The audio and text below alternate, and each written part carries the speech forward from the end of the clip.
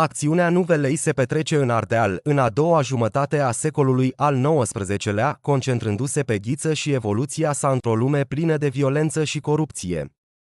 Începutul Nuvelei este marcat de înțelepciunea populară a mamei Anei, care spune că fericirea nu vine din bogăție, ci din liniștea căminului. Ghiță, la început, este un cizmar harnic și cinstit, dorind să-și schimbe viața și să-și îmbunătățească condiția.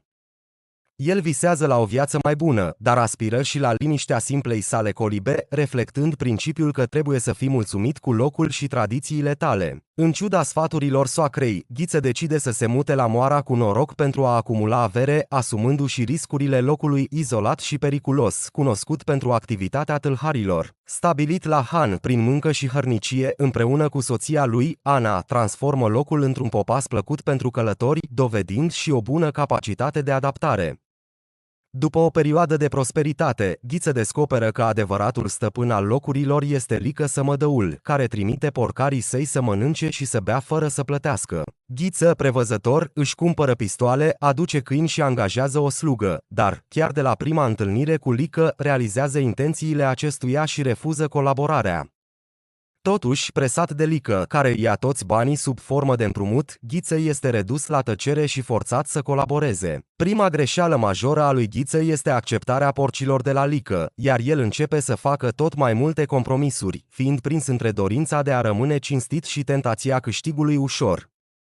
În timpul unei vizite, Lică îl întreabă despre arendași. Profitând de ocazia sosirii unor lăutari, Lică îi pune să cânte și dansează cu Ana, reușind să-l facă gelos pe Ghiță. Cârciumarul Ghiță începe să joace un dublu joc, pe față îl informează pe Lică, dar în secret colaborează cu jandarmul Pintea, planificând să țină această dublă viață 2-3 ani pentru a aduna avere. Însă, calculul său este greșit, Lică cere o supunere completă și necondiționată. Asocierea cu răul îl afectează profund pe Ghiță, care își pierde liniștea sufletească și bucuria câștigului cinstit. Chinuit de remușcări, Ghiță își exprimă frustrările față de Lică, declarând: "Îmi iei banii. Să-ți fie de bine. Mi-ai distrus liniștea și viața, dar nu crede că mă ții legat. Dacă ești om, caută să te înțelegi cu mine." În conversațiile cu Lică, Ghiță își conștientizează degradarea morală și își exprimă revolta: "Nu te juca cu mine.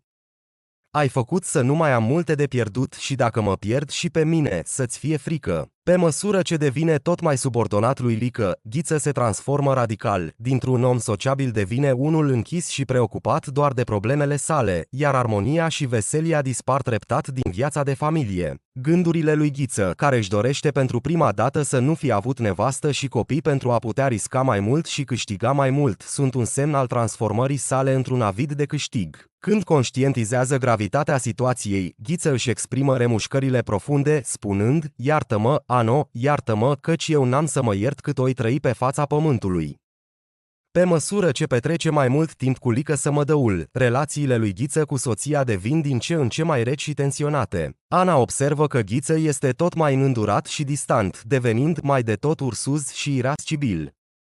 Deși Lică exercită asupra Anei o dominare fascinantă, ea îl caracterizează drept om rău și primejdios, avertizându-le pe soțul ei că Sămădăul este periculos, se vede din ochii lui, din rânjetul lui și din căutătura lui. Când își roade mustața cu dinții, Ghiță acceptă să schimbe banii murdari ai lui Lică și să-i furnizeze informații, începând să aprecieze câștigurile nemuncite, ceea ce îi amplifică lăcomia. Prima lovitură morală este luarea banilor de către Lică, iar a doua implicarea sa într-un proces care îl asociază cu oamenii suspectați de crimă. Chiar dacă Ghiță este nevinovat, prezența sa alături de aceștia îi distruge reputația și autoritatea morală. Înstrăinat de familie și disprețuit de comunitate, Ghiță caută răzbunare împotriva lui Lică. Finalul său, abandonarea Anei în brațele lui Lică, este o încercare disperată de răzbunare, dar planul său este greșit deoarece crede că Ana va rezista până când el va aduce dovezi împotriva lui Lică.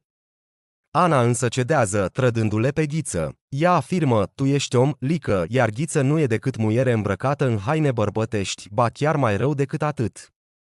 Jandarmul Pintea, pe bună dreptate, îi spune lui Ghiță: "N-aș fi putut să mă arunc nevasta ca momeală, chiar dacă și eu îl urăsc pe Lică." Ghiță, copăleșit de gelozie și furie, o ucide pe Ana pentru că s-a aruncat în brațele lui Lică Sămădaul și apoi este omorât de Răuț, omul lui Lică. Lică, prins de Pintea, își pune capăt zilelor izbindu-se de un copac.